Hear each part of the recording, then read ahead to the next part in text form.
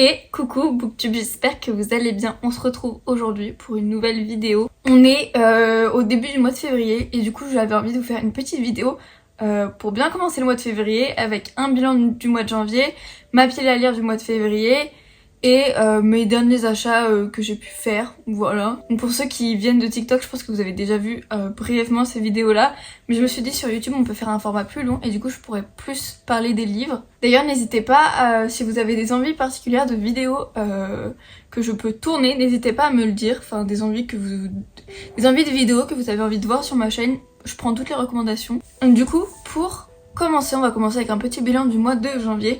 Pour le mois de janvier, j'ai lu 6 livres, donc c'est pas énorme, mais c'est assez satisfaisant, sachant que j'ai repris les cours et que la reprise était assez compliquée. C'était très... je me suis remise directement dans le rythme, et c'était dur de tenir, parce que ça faisait un moment que je n'étais pas en cours, vu que j'ai redoublé et que j'avais validé mon semestre avant, enfin bref. Ça faisait un long moment que j'étais pas allée en cours, mais ça s'est passé plutôt bien. Juste il faut que je prenne mon rythme, il faut que je m'habitue à aller en cours, au travail et en même temps filmer mes vidéos. Donc c'est pour ça que vous avez moins de contenu. Mais lorsque j'aurai pris mon rythme, ça sera beaucoup mieux. Donc c'est pour ça que j'ai lu seulement ce livre ce mois-ci. Et il y a eu 2 livres pour lesquels j'ai eu un peu de mal et que du coup j'ai mis du temps à lire.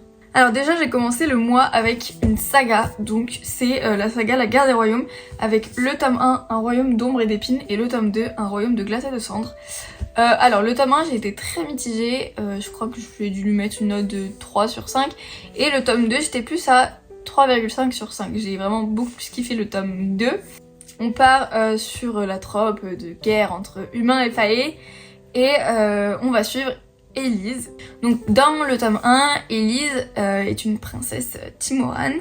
Elle va être mariée avec un homme. En gros, elle va un peu être mise aux enchères pour les hommes. Et du coup, elle va avoir un négociateur de dot, je crois que c'est un truc comme ça. Légion. Donc en fait Légion lui son rôle c'est de faire un peu le tri parmi tous ses prétendants, de choisir le meilleur pour elle. Sauf que les deux vont se rapprocher. Légion va découvrir qu'Élise n'est pas qu'une simple princesse qui veut répondre à ses devoirs. C'est une princesse totalement rebelle qui veut en faire des siennes, qui est un peu contre son propre peuple. Voilà, parce que elle sait certaines choses sur son peuple qui ne lui plaisent pas du tout. Et donc voilà, Légion et Élise vont faire leur rencontre. Et il va y avoir un petit coup de cœur entre les deux. Et en parallèle de ça, on a également du coup la guerre entre les humains et les faées. Élise va vouloir participer à cette guerre-là. Et il va se passer plein de choses.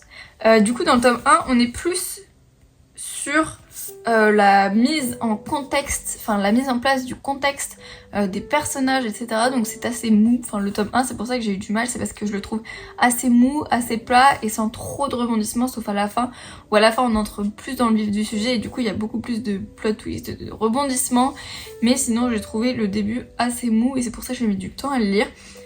Pour le personnage d'Élise, je ne l'ai pas du tout aimé dans le tome 1, vraiment je l'ai trouvé détestable, un peu vraiment princesse, enfin elle est princesse mais vraiment là elle était... Vraiment je n'accrochais pas son personnage. Par contre j'ai adoré le personnage de Légion. Et dans le tome 2 on entre carrément dans la guerre entre les deux peuples. Et c'est tellement mieux, c'est vraiment rebondissement sur rebondissement, il y a beaucoup plus d'action, beaucoup plus d'intrigue. Pareil des gros plot twists, des découvertes pour lesquelles on ne s'attend pas du tout. Pour les personnages, enfin on pense connaître les personnages, au final non, enfin vraiment c'est plein de rebondissements. Et pour le coup dans ce deuxième tome, Élise, je l'ai beaucoup plus préférée, enfin je la trouve beaucoup plus attachante, c'est devenu une guerrière, ouais une vraie guerrière qui sait se battre, qui sait se défendre, qui sait défendre les gens qu'elle aime, enfin vraiment.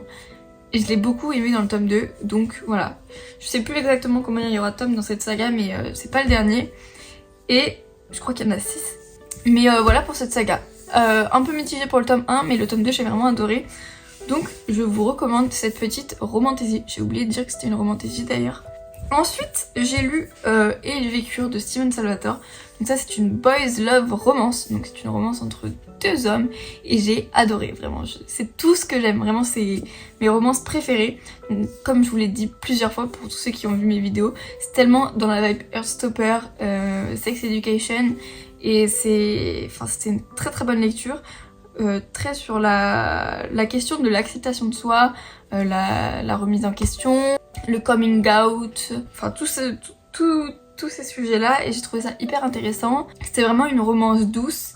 Les deux personnages ont des traumatismes, mais ils vont apprendre à guérir, à les utiliser comme des forces dans le livre, et je trouvais ça hyper intéressant parce que en gros, pour le résumer, on a Chase et Jack qui se rencontrent à l'université, donc dans une université d'art, et ça va être le gros coup de foudre entre les deux, vraiment ça va être gros coup de foudre, sauf que les deux du coup ont des soucis, enfin des problèmes personnels à régler parce que sinon ça ne va pas entre les deux, enfin ils ont trop de choses à régler avant de pouvoir se mettre ensemble.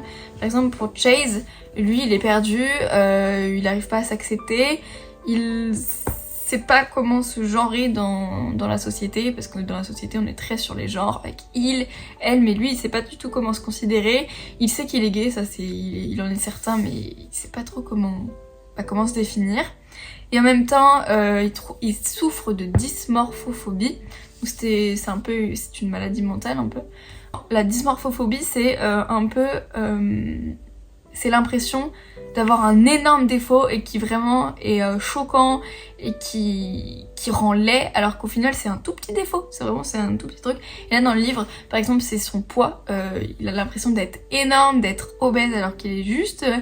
Il a juste quelques rondeurs, et pour lui c'est vraiment horrible. Il se dit que personne ne peut aimer son corps, que vraiment il dégoûte, alors que pas du tout. Et en même temps, cette dysmorphophobie est accompagnée de TCA, donc des troubles du comportement alimentaire. Donc ça forme tout un cercle vicieux, et il va devoir essayer de guérir de ça. Donc il va faire également des rencontres autres que Jack qui vont l'aider à régler aussi ses soucis. Enfin vraiment ça va être grâce à l'intermédiaire de plein de personnages. Et pour Jack, lui, Jack, il a des doutes, enfin, il a des doutes. Il est quasiment certain qu'il est gay, mais il n'arrive pas à faire son coming out. Et il n'arrive pas à faire son coming out parce qu'il est dans une famille très conservatrice. Donc, ses parents veulent que ce soit un homme beau, fort, qu'il ait des enfants. Enfin, vraiment, ils sont très dans la version classique du couple. Enfin, pour eux, c'est pas pensable que Jack soit gay, sauf qu'il l'est. Et en même temps, il a également son meilleur pote il a peur de lui faire son coming out parce qu'il y a quelque chose dans son passé qui fait qu'il ne se sent pas prêt à lui dire. Et donc ça crée un énorme blocage aussi, parce que ça va bloquer dans la relation entre Jack et Chase. Donc voilà, en fait les deux personnages ont un peu des traumas et des problèmes à régler avant de pouvoir s'aimer profondément. Et c'était très beau, franchement c'était très beau et j'ai adoré cette histoire. Ça se lit tout seul, donc n'hésitez pas à le lire. Ensuite, j'ai lu Elite Game de Antina Kane. Donc ça c'était une romance à suspense très très sympa, donc j'étais hyper agréablement surprise de ce livre. Je m'attendais à quelque chose de hyper cliché, une romance très très cliché à l'université, au final pas du tout. Parce que en gros on a un peu deux sides pour le livre. On a le côté où en fait on fait la rencontre de Connor et sa bande de potes, et Connor et sa bande de potes ont un jeu illégal. C'est en gros leur but c'est de coucher avec une fille, et pendant que l'un des garçons couche avec une fille, les autres rentrent chez elle pour la cambrioler. Du coup c'est un jeu totalement illégal mais qui les fait un peu triper. Et sauf que Connor va faire la rencontre de Aya, et ça va être sa prochaine cible. Sauf que déjà Aya est SDF, elle vit dans sa voiture. Donc déjà pour le jeu ça va être un peu compliqué. Donc ça c'est un peu la side, le jeu illégal, un peu la partie qui me faisait peur, dans le sens où j'avais peur que ce soit cliché, alors que pas du tout, hein, vraiment cette partie déjà est assez minime, mais en plus elle est pas vraiment cliché, enfin c'est assez original je trouve. Et l'autre côté c'est que Aya va faire la rencontre d'une amie, Kelly, et Kelly va disparaître du jour au lendemain. Donc, elle va disparaître, disparition inquiétante, et on va pas avoir d'enquête policière étant donné qu'on suit Aya et Connor et que du coup on suit pas le côté enquête, mais on va avoir des évolutions dans la disparition tout au long du livre, et en fait on va avoir révélation sur révélation, et à la fin on va se rendre compte que tout est lié, et qu'au final toutes les pièces du puzzle qu'on assemble tout au long du livre forment un puzzle complet à la fin. Et j'étais vraiment en mode waouh, le plot twist était fou, je l'ai pas du tout vu venir, alors que je lis des thrillers et je ne l'ai pas du tout vu venir. Donc c'est que vraiment c'était une bonne romance à suspense. Et petite illustration d'ailleurs que j'avais pu recevoir. Ah oui, parce que je vous ai pas dit, là tous les livres que j'ai lus c'est des services presse. Et tous les livres que je vous présenterai dans cette vidéo sont tous des services presse d'ailleurs. C'est exclusivement des services presse. Et voilà, et par rapport au smut, j'avais aussi peur qu'il y ait énormément de smut parce que ça faisait longtemps que j'avais pas lu de romance et j'avais peur de reprendre sur une romance avec trop de spicy. Au final pas du tout, il y a dû avoir 3-4 scènes, donc sur le livre ce serait vraiment pas grand chose, hein. Surtout quand on part d'un jeu où le but c'est de coucher avec des filles. J'avais vraiment peur qu'on s'appuie sur ce jeu alors que pas du tout, donc j'ai trouvé ça vraiment sympa. Ensuite j'ai lu un livre qui m'a un peu déçue, c'est Les Garçons Perdus de C.M. Stern. Donc c'est ce magnifique livre que vous avez déjà vu maintes et maintes fois, mais j'ai été déçue. Voilà, je m'attendais à vraiment quelque chose de super sympa, il avait été très bien vendu. Donc encore une fois c'est un service presse, donc je n'hésite pas à vous dire si je n'aime pas les services presse, et pour le coup celui-là j'ai pas du tout accroché. C'est un peu une dark romantasy, mais ça aborde plusieurs sujets compliqués, donc déjà trigger warning, prostitution, viol, agression sexuelle, homophobie, enfin vraiment un beau panel. Et en gros dans cette histoire on va suivre Jack qui va sombrer dans la prostitution pour payer sa vie parce que il a pas d'argent et c'est son seul moyen. Et il va rentrer dans une maison de joie un peu, je pense qu'on peut appeler ça comme ça, à Londres, où il va faire la rencontre de différentes personnes et on est sur une romantasy. Donc il y a des vampires. Et les vampires en fait, ils sont un peu malsains. Donc c'est-à-dire que ils vont prendre des garçons de joie pour se faire plaisir et en même temps pour boire leur sang. Donc déjà c'est un peu bizarre.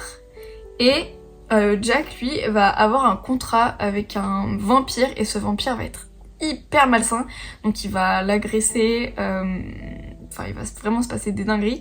Et en fait son objectif c'est de découvrir des secrets que ce vampire cache. Enfin, je vous avoue que j'ai eu du mal à comprendre parce que pendant toute la première partie du livre, donc la bonne moitié du livre, je comprenais rien à l'intrigue. Vraiment, je ne savais pas pourquoi je lisais, j'arrivais pas à comprendre l'intrigue, à comprendre c'était quoi le but du livre, alors que pour moi, quand j'ai un livre, j'ai besoin de savoir un peu quel va être le but.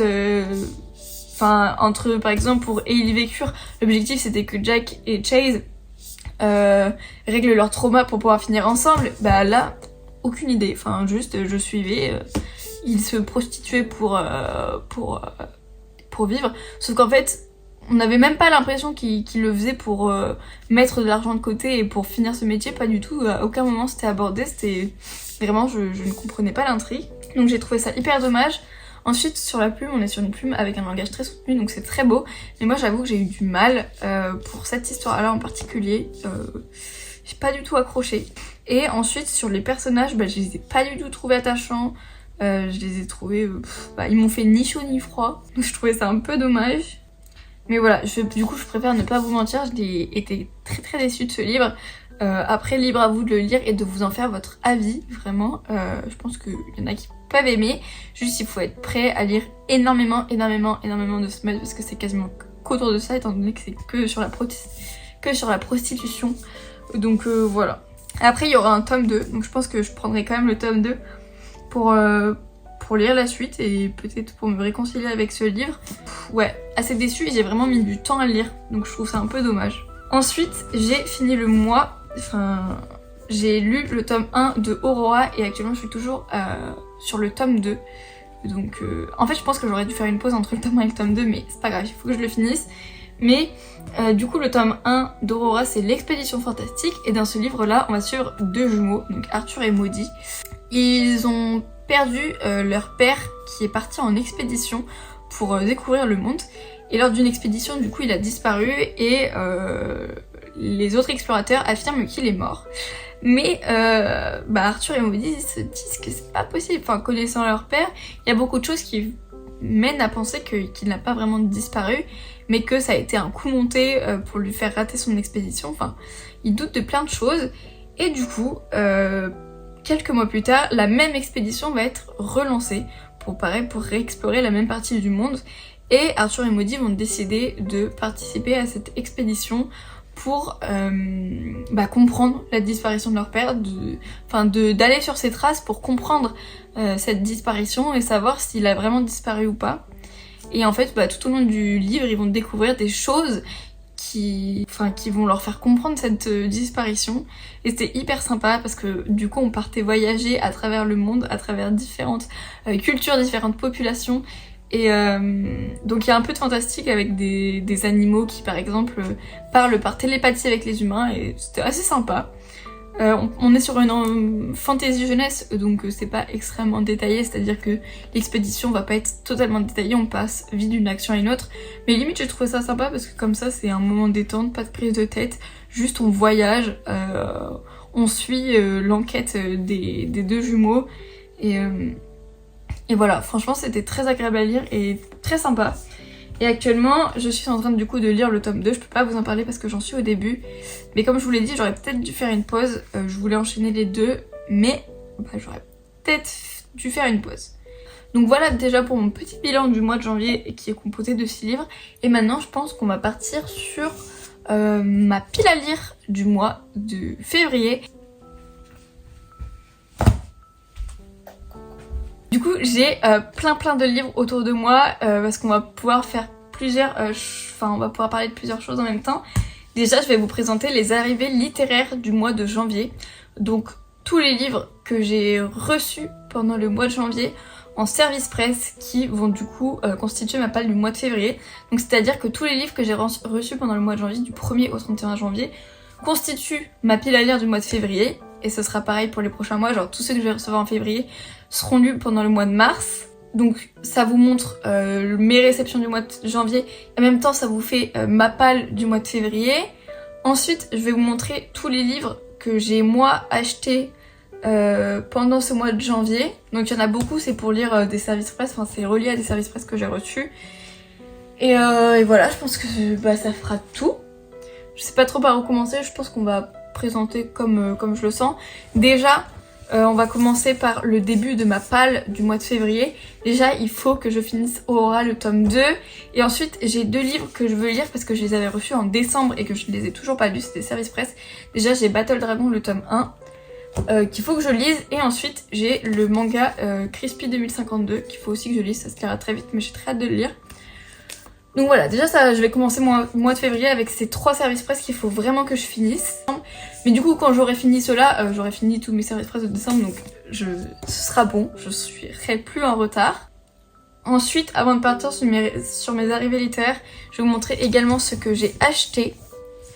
Déjà j'ai acheté 2 mangas, donc j'ai acheté les tomes 13 et 14 de l'Attaque des Titans, donc le 13 et le 14. J'ai déjà quasiment toute la saga complète, enfin du 1 au 34, mais juste il manquait des petits tomes par-ci par-là. Par exemple le 13 et 14 qui me manquaient en plein milieu, donc je les avais quasiment tous sauf ceux-là. Donc voilà, comme ça je finis de compléter ma série. Et ensuite j'ai fait d'autres achats en rapport avec des services presse que j'ai reçus ou que je recevrai. Donc déjà j'en ai acheté 6 et ces 6 là c'est un peu les seuls que j'ai achetés ce mois-ci en plus des 2 mangas, et je les ai achetés parce que justement j'allais avoir la suite des sagas en service presse, donc je les ai achetés. Donc déjà on a Cœur blessé qui est le tome 2 de la trilogie Santiago, donc j'avais le tome 1, maintenant j'ai le tome 2 et je vais recevoir le tome 3 en service presse. Donc j'avais acheté le tome 2 pour pouvoir avoir toute la saga quand je recevrai le service presse. Normalement je vais le recevoir pendant le mois de février, donc qui sera lu en mars. Donc comme ça j'aurai toute la saga à lire, donc ceux-là je les ai achetés. Ensuite j'ai acheté le tome 1 de The Night and Its Moon en format relié parce que je vais recevoir du coup le tome 2 en format également relié. Donc pareil je vais le recevoir pendant le mois de février, mais donc je voulais acheter le tome 1 pour pareil avoir la saga et pouvoir commencer par le tome 1 avant le tome 2. Ensuite, même chose, j'ai acheté le tome 1 de Fire and Frost parce que je recevrai le tome 2 en service presse. Et de toute façon, lui, il me tentait tellement que je suis contente de l'avoir acheté et je suis contente de pouvoir ensuite recevoir la suite en service presse. Pareil, le tome 1 des Vampires de Marchwood avec le tome 1 Eden que j'ai acheté parce que je vais recevoir le tome 2 en service presse. Donc voilà. Je vais pas passer sur les résumés parce que sinon ça va prendre trop de temps, ça va être trop long. Ensuite, j'ai acheté le tome 1 de Broken Bones parce que j'ai reçu le tome 2 en service presse que je vous montre après. Et j'ai acheté le tome 1 de La Maison des Ailes Déployées parce que pareil, j'ai reçu le tome 2 en service presse que je vous montre après. Bref, donc ça c'était pour les livres que j'avais achetés pendant le mois de janvier du coup. Donc comme ça, je vous les ai montrés. Et maintenant on va partir sur mes arrivées littéraires du mois de janvier et donc ma palle du mois de février. Au total ça me fait une pile à lire de 20 livres plus un bonus que je ne pense pas lire. Mais j'ai très peu d'espoir que je lise les 20, mais c'est pas grave, ça s'étalera également sur le mois de mars. Je laisse mes lectures s'étendre sur les mois. On va faire par maison d'édition, tu vois, parce que j'ai reçu des services presse de plusieurs maisons d'édition, parce que je suis partenaire de 8 maisons d'édition. Pour commencer, on va faire ceux de chez Ozu. Donc Ozu m'ont envoyé 2 romans qui vont faire partie de ma palle du mois de février. Déjà, on a Frappé comme une fille et moi, Oscar et le fantôme de ma sœur. Donc je sais pas trop à quoi m'attendre. Et j'ai entendu des avis mitigés de la part des partenaires Ozu pour frapper comme une fille, donc j'ai des doutes. Mais moi, Oscar et le fantôme de ma sœur a l'air très sympa. Donc à voir ce que ça donne. Ensuite, j'ai reçu une dark romance de la maison d'édition HEA, donc Happily Ever After, de Marina Koshkina. Donc pareil, je sais pas trop à quoi m'attendre. J'ai lu que 2 dark romances jusqu'à présent, j'avais pas trop kiffé les 2 premières dark romances, mais justement j'ai envie d'en découvrir d'autres pour élargir mes lectures en dark romance et savoir si j'aime vraiment pas ça ou si j'apprécie, c'est juste en fonction de mes dark romances. Donc voilà, celui-là a l'air un peu sanglant quand même, enfin un petit peu glauque, un peu très dark, donc à voir ce que ça donne. Ensuite on va partir sur ceux de chez Eden Edition. Donc Eden Edition c'est la branche de City Edition avec Corrigan où c'est sur la romance, donc romance et dark romance. Donc déjà j'ai reçu Fire and Ice de Rebecca Yarros. Je crois que c'est une de leurs sorties phares pour Eden Edition, donc je pense que ça va être très sympa. Ensuite j'ai reçu Le Colloque de Jane Sloan. Celui-là me tente trop parce qu'une histoire de romance entre colocs, ça me donne très très envie. Et ensuite j'ai reçu une autre dark romance, The Devil's Disciple, donc le tome 1. Donc pareil, hâte de découvrir ce que ça va être. En fait, plus j'y réfléchis, plus je me dis que celui-là, je vais le mettre en pause et je le reprendrai bien plus tard. Parce qu'actuellement, il est en train de me mener en panne de lecture. Comme j'ai enchaîné le tome 1 et le tome 2, j'aime beaucoup, mais juste, je fais un peu une overdose du monde. Donc je pense que je vais le mettre en pause et je vais partir sur mes autres lectures, parce que sinon, je vais jamais pouvoir lire tous mes services presse, parce que je vais me mettre en panne de lecture et c'est mauvais. Ensuite, on va partir sur ceux de chez Gallimard. Donc déjà, chez Gallimard, j'ai reçu John Green, Bienvenue dans l'Anthropocène.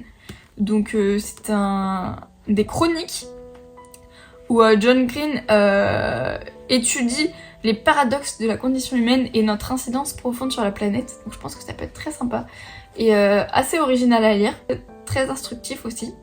Je vois quelques parties, genre par exemple sur internet, enfin sur l'invention d'internet. Enfin, il y a l'air d'avoir plein de choses, ça a l'air très sympa. Ensuite, j'en ai un petit, c'est Sauvage de Nathalie Bernard et ça a l'air d'être un roman historique et également un thriller, donc très hâte de le découvrir. Et ensuite, j'ai reçu le tome 3 de Ceux qui ne peuvent pas mourir de Karine Martin, donc pareil, hâte de le lire. Ensuite, celui-là, je le considère pas vraiment comme un service presse, c'était un cadeau de la part de Gallimard pour tous les partenaires du book club Gallimard. Donc je suis très très heureuse, c'est un très beau cadeau. C'est la version reliée et illustrée des Royaumes du Nord. Voilà, avec vraiment de très belles illustrations dans le livre. Et je vais pas le lire en tant que service presse, donc je ne me l'impose pas pour le moment comme lecture, mais je ne tarderai pas à le lire, parce qu'il a l'air vraiment trop trop bien.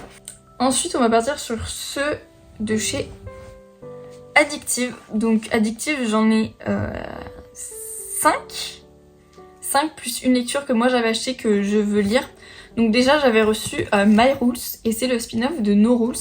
Donc No Rules, je l'avais déjà acheté il y a longtemps, mais du coup je me le mets dans ma pile à lire parce que j'ai envie de commencer par lui pour ensuite lire celui-ci que j'ai reçu en service presse. Donc ça me fait plusieurs lectures déjà. Et ensuite j'en ai 4 autres. J'ai The Fake Truth. Lui c'est vraiment celui qui me hype le plus de chez Addictive parce que c'est une histoire entre un journaliste qui a écrit un article qui a détruit la vie d'une fille et de cette fille là, donc la fille va va tomber par hasard sur le journaliste quelques années plus tard et lui ne l'a pas reconnu et du coup elle va essayer de comprendre pourquoi il a écrit cet article sur elle, enfin pourquoi ça lui a gâché la vie, etc. Ensuite on a I Kissed Eden Cooper, pareil une autre romance, Tomber plus haut de Mélodie Chavin et Behind the Ice de Nina Loren, donc ça fait beaucoup de romances. Et ensuite on a ceux de chez Corrigan, donc Corrigan, ma maison d'édition préférée clairement. Déjà j'ai reçu La Cour des Ombres de C.N. Crawford, donc c'est le tome 1 de la saga Shadowfire. Il est très très beau le livre, vraiment il est très très beau et il me donne très envie. Ensuite du coup je vous l'ai déjà montré, j'avais acheté Broken Bonds parce que du coup j'ai reçu le tome 2 Savage Pants en service presse, donc il faudra que je lise les 2 tomes.